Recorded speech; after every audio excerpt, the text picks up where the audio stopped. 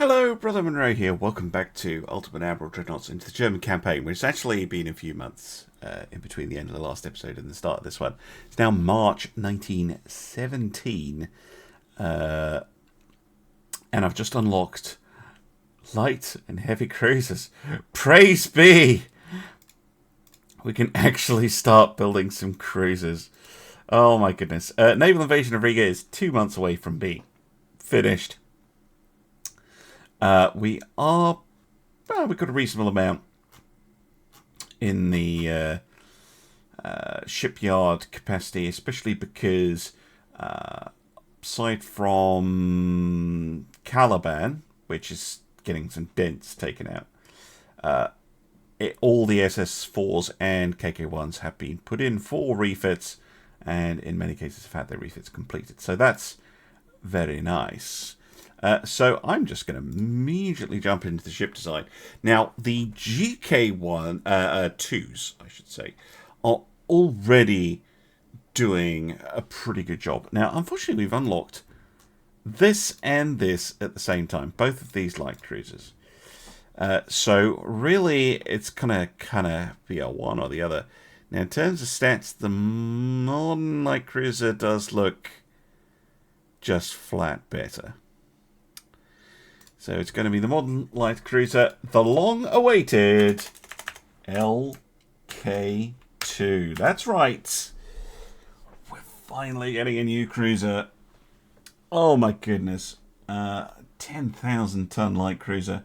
Sure, why not? This has dreadful towers, as I seem to remember. Yeah. It's just the same light cruiser that every single country gets.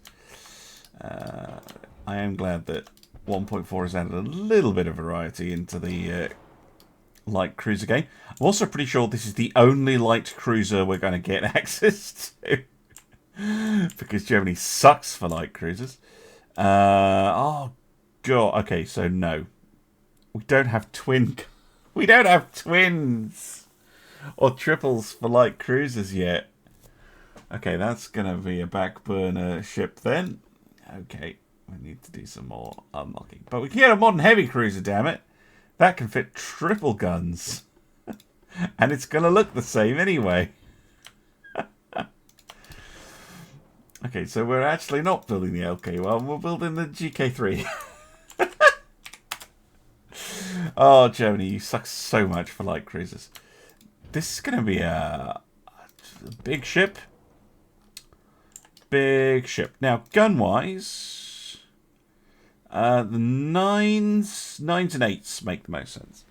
Now, I'm going to be very German about it, and I'm going to stick with 8s, which is what we have on the GK2. I think the GK class is, in general, have proven the usefulness of the 8-inch gun. So we're going to stick with 8-inch. Now, we could go with twins, but that would mean that the GK3 would have fewer guns than GK2, and that's clearly not progress. So I'm going to fit this thing with 4 triple 8-inch guns. It's just going to have a lot of firepower. We've seen how successful the GK2s have been with their 8-inch guns, so we're going to keep that trend going.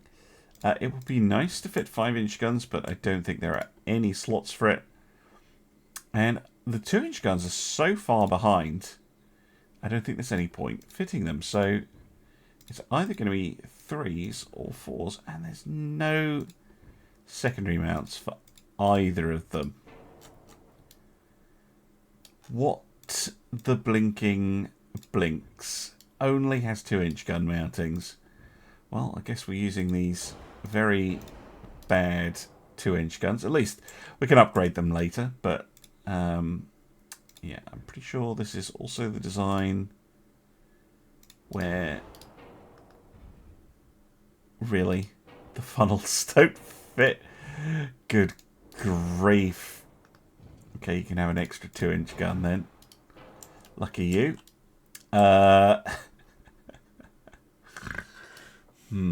Right, max speed on this hull is 32.5 knots. Just make it 32.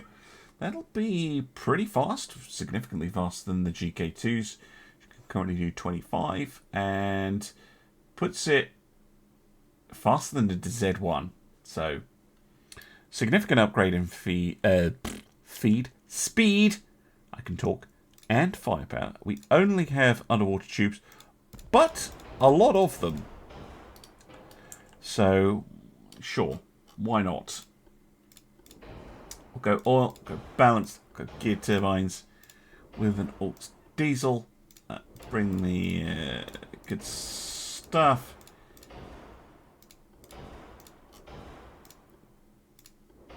Turtleback.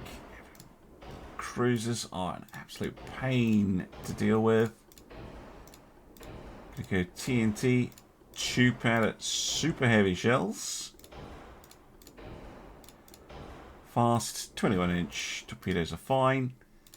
With a rangefinder and a sonar and a radio finder and no depth charges. Don't need that. And we're still seriously underweight. Right, gun lengths. 8-inch 45s, I think would be perfect. And 2-inch 50s. There we go. Right, armour.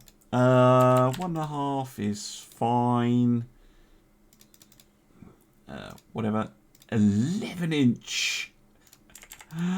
Wow. Can you go to 12? No, 11.6 is the max.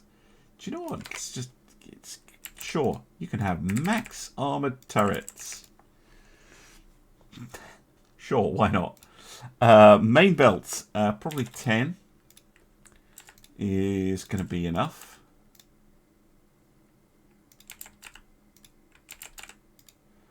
Or possibly too much. 5, 2.5, 2.5, 4.4. Yeah, we go over if we do that. Right, what about more sensibly armored turrets? 10, 5. 10, and then go 8, 4 instead of 10, 8.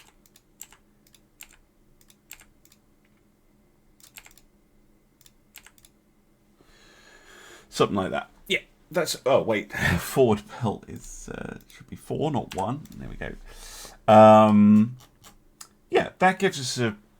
They're not quite as well protected as the GK2s, which have thicker, chunkier armour. But these are faster, more heavily armed ships. I probably could, if I went twin 8s, get the same level of protection, but we're getting that extra speed. Now we just need to fix the offset, which is pretty darn bad.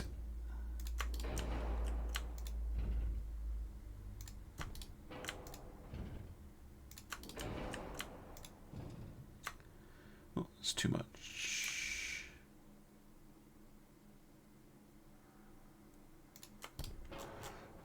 That'll do. It looks a bit weird. I wonder if I move this forward slightly. And this back slightly. Firing angles really aren't that good, are they? It's because moving this moves the damn funnel. Means it moves all the engines around. Let's go for that. And then move that. And then we can shift this back. There. Perfectly balanced. And we have a little bit of weight spare for refits. Right. I'm going to save that. I'm going to get them under construction. And I'll join you for the naming. Welcome back. The invasion fleet has discovered a destroyer, which normally I wouldn't even bother showing, but it is the first time that we see both the SS5 and the KK2s in action, and I didn't want to pass that up. So here we go. Here is an SS5. In fact, all the SS5s. We've got Midgard, Fenris, and Yggdrasil, and we have the Blinderwatcher and the Halloween. All sailing, looking for this one little destroyer, which we're going to blow up. there is no doubt about that. But I wanted to see the 16-inch guns, and the 16-inch arm ships in general, even though that destroyer is running away. Anyway, that was just a quick hello. If I find the destroyer, I'll show you the post-battle results screen, but otherwise I'll just see you when there's some more actual action that's worth showing. Here, by the way, are all of the GK3s under construction. I did say I was going to show it, and then I didn't. I've assigned assigned one, just so that we will have guaranteed to have one. Could have been a main area, but I'm going to let the game distribute them, just because we need ships a bit more spread out than they are currently. We also have a convoy battle here. This is really not very interesting. I'm pretty darn certain that's going to be a victory for us. And the naval invasion is going to trigger next turn. So I'm going to do this battle off camera, and I'll let you know if anything shocking happens, but I doubt it. Alright, we have taken control of Latvia. Latvia is liberated. It's German now. On to Estonia. Where are you, Russia? Keep changing your flag every 5 minutes. I really want to try Central Russia. I really, really want to try hitting Central Russia. That would be so funny. Unfortunately, doing naval invasions just takes a while. So the pace is just a little bit slower. It's just kind of the way of it, unfortunately. Yeah, so we'll move those ships over there. We should also have quite a lot of the ships out of refit by now. Yeah, just Belter Shields still being refitted. So that's good. That is very good. So that gives us even more tonnage to use, basically. So we can just throw a huge amount of tonnage on Kronstadt and try and take all of Central Russia. It goes all the way back here, which is crazy. Because that will basically ruin Russia. I think most of their GDP is concentrated in that one province, although southern Russia is very southern Russia, Ukraine, Belarus are all pretty valuable, but so are the Baltics. We are really taking a bite out of the former Soviet Empire. Hey, they can surrender whenever they want. I'll be back when there's some more action. Hello, welcome back to the shipyard, where I'm looking at the SS1s, because we've unlocked 10-inch Mark IVs, which will be a fairly sizable difference for them, because they're a pretty big turret. But we'll just space them out a bit. This is going to be basically their refit to go into storage, along with the Herzog. They're probably just going to sit as museum ships, but we might as well get them up to fighting standard, so that if we do need to bring them out of storage for some reason, I can't for the life of me think why at the moment, but in case we do, then that is something that we can do relatively easily. What about naturals? Balanced. Naturals. Saves a bit. Drop the range. There we go. I'll try and fix that forward weight offset that they've developed.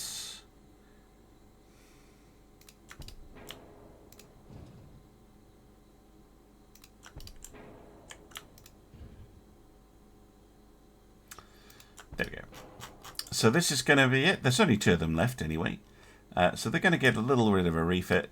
and then they are going to go into storage, basically, because they're pretty small. They're not adding a huge amount to the fleet, but you know, if we find ourselves needing them, then they'll be there, and we can keep them as museum ships. Both the remaining ships have no flaws, so I don't feel the need to scrap either of them. I'll double check to see if the refit introduces flaws, but it shouldn't. And if it does, then whichever one has the least flaws will survive, and the other one will get scrapped. Right, I'm going to go keep ending turns, because nothing much is happening, apart from slowly ticking away at a naval invasion. We have taken Estonia, which is really nice.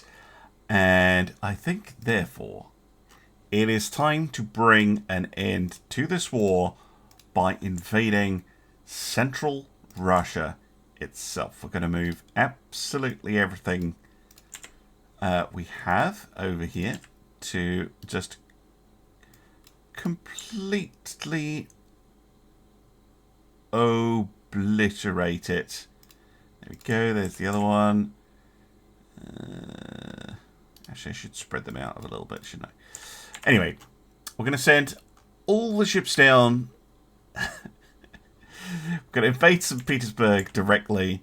We're going to take Central Russia. The land offensives are going absolutely nowhere because I'm trying to push from a province that is not mine into a home province, and that never ever works. Because land combat is very weird. However, exciting stuff. Next month, I finally get a new destroyer. We get the modern destroyer standard. Exciting stuff. We also have nothing coming in the cruiser design tech. Big guns, we're on the way to the Mark III 15-inch. I'm going to keep this on until I get to the Mark III 16-inch, and then I'm going to take the priority off, let the game kind of even out in terms of the text. Anyway, I will be back next turn to design the Z4s. Exciting stuff. See you there. Here we go. The Z4. Long time coming. What is the biggest I'm allowed to make it? 2,400. Okay, fine. These things could do 36 knots in theory. That's pretty nice. It is still a weird destroyer with this cutout. But we'll see. Oh, you can do funky things. But I think it makes sense for the tower to be here. And a secondary tower to be on this bit. I don't think the barbette towers fit, but the targeting tower does. And then we'll stick the funnels in this bit. Funnels. Yeah, it doesn't fit two. So just the one. So it's kind of got that arrangement to it. And then we're going to stick in the guns. And we have twins! Very exciting. So a Z3 mounts 5-inch guns. How many 5-inch guns do we fit on this? Well, with twins, I reckon we can fit a fair few. 6 on the front and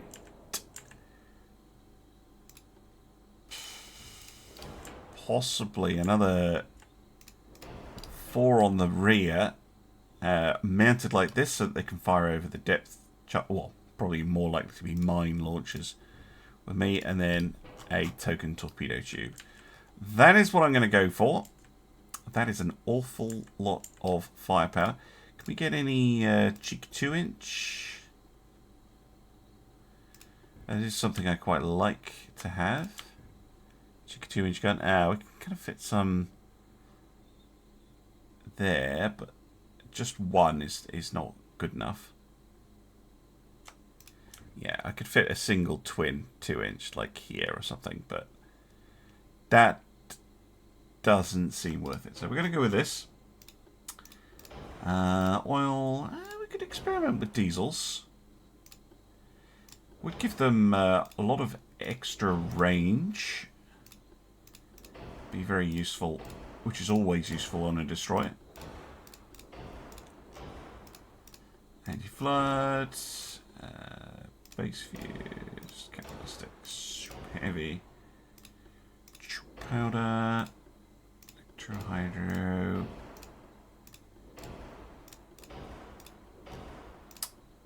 Yeah, this is where we start adding a huge amount of weight.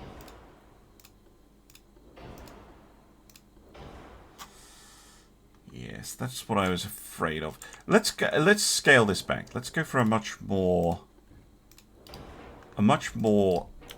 sensible, much more conservative design that is much more of just an evolution over the Z3, and that is a 6-gun design. So the Z3s, which have been extremely successful with 5 guns, although they do have the 2-inch, we're going to go from 5 to 6 guns in 3 turrets, and this is mounted on a barbette so that it can shoot over. Although I might swap them, make it a little bit smaller. There's no point having a giant citadel. It's giving me forward weight offset problems though. Maybe 8 gun? Maybe 8 gun.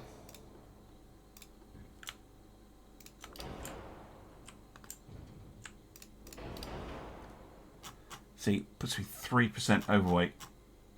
Yeah, it's going to have to be a 6-gunner.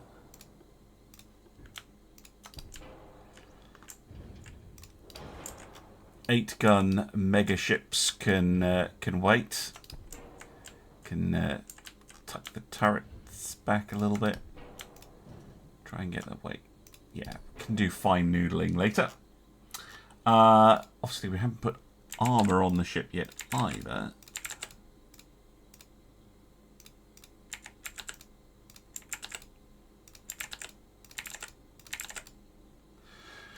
And we want them to be 5-inch 40 caliber guns. And we are very close. Very close to it being okay. If I could just pull this gun back a little bit. There we go. Perfectly balanced and perfectly on weight. It does look a bit weird, especially at the back, but yeah, they should do fine. The capital Z4, a nice little upgrade. Although it's not a huge upgrade, it's more of an iterative ship. Compared to the Z3. So the Z3s, yeah, as I said, going from 5 guns to 6. But an extra knot and a half of speed. And vastly increased range. That's the main thing that we've added. It's just super long range with those marine diesels. Very nice. Okay. I'm going to build a whole bunch of these. Their names are not going to be exciting, so I'll be back when there's something more interesting to talk about. Okay, I ordered up 40 of the Z4s, partly because, well, I'll talk about that in a second, but the Victor and the Almaz are trying to push out. This is against the SS3s and SS2. But there's some transports. Obviously trying to move some troops around or something.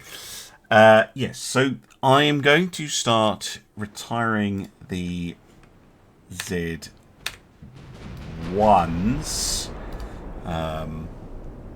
I will do what I have done with the other classes that have been put up for retirement, which is I will find any that are flawed, and those will go for recycling, and any that don't have flaws will go to the various museums around the German Empire. and just be put on the back burner, used as training ships, that kind of thing, basically. Can always be reactivated should the need arise. But yes, they should be effectively replaced. It's not like the British campaign where I have to keep all ships in service at all times. The Germans a little bit more sensible than that. Prepared to retire more venerable ships that have earned their retirement. There goes the Victor.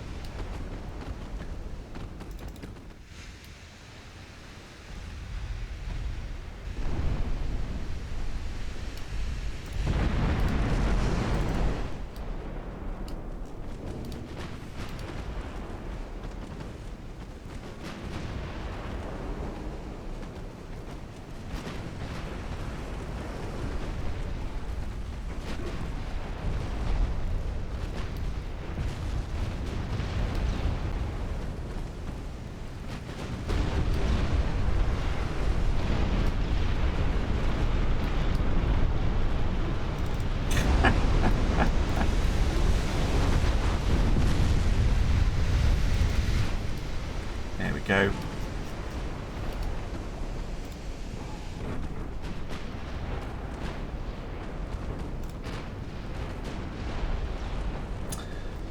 I have been thinking about my cruiser situation as well. I think it might be worth doing a build on that light cruiser 5 hull, because we get so few light cruiser hulls. But, yeah, I really want the twin guns, at the very least, on the light cruisers before I try and do a design, because a single gun design is just going to be pretty much out of date as soon as I build it. But if I see that the light cruiser 5 is going to be made obsolete or something, then I will prioritise a design on it sooner rather than later, and then refit it later. Basically, right. So much for your attempt to prevent me from landing, or possibly moving troops around, or something.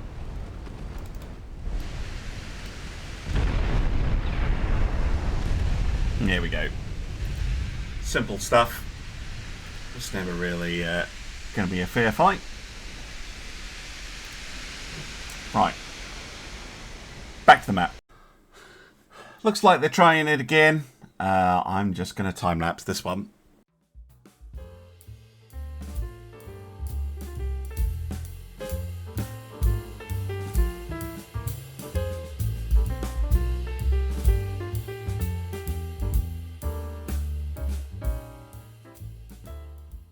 Well, that didn't take long. Good stuff. Back to the map. Well, this one might be a little bit more interesting, at least. The Oberon has discovered this Rostov... Okay, it's a Rostov class. No, it's not going to be interesting, but it might be fun. Yeah, Oberon clearly champing at the bit to...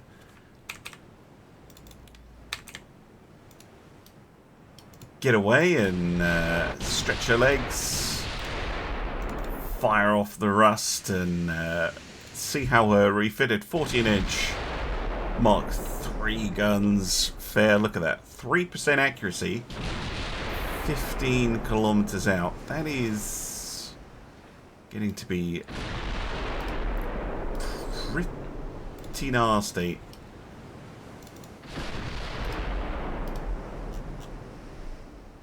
And a hit at, yeah, 13 kilometers out. Not too shabby.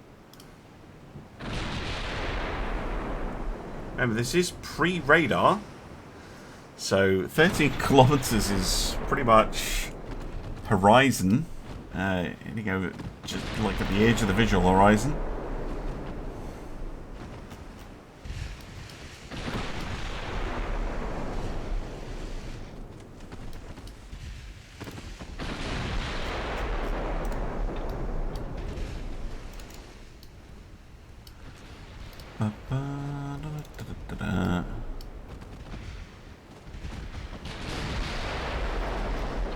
Aha! Found the transports at least. The destroyer disgorging its bajillion torpedoes completely pointlessly. At least we tried. I can hear them saying, "No, no, no, no, no, no! What are you doing?" Sure, the Z1 can. It's like, yeah, I'll shoot the battlecruiser at the destroyer and the destroyer at the battlecruiser. That makes perfect sense. Look at that. Just punching cleanly through the armour on the Kabavosk. And down she goes. Still firing torpedoes at the destroyer, although those might actually miss and hit the transports, which would be funny. And the transport destruction I will leave to some, well, if I can remember, some smooth jazz.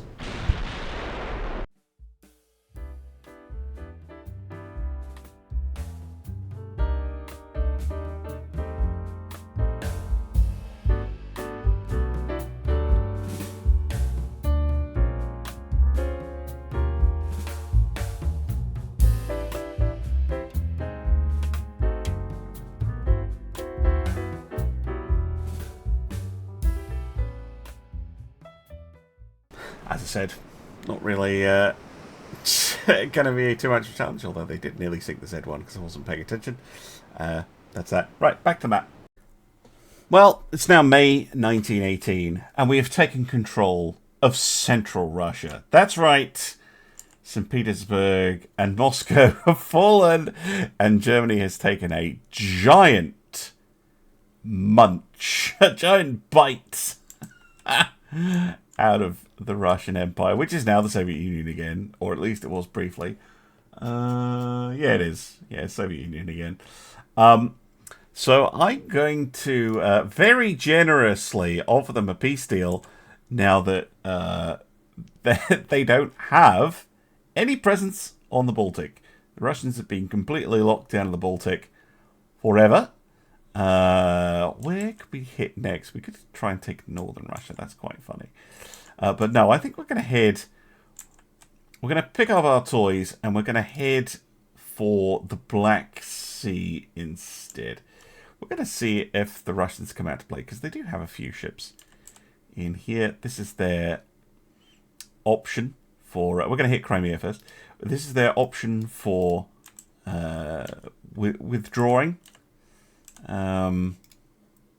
For you know, considering their options, and maybe they might have made a mistake. Maybe they want to give up. There's another fleet in there, but I can't.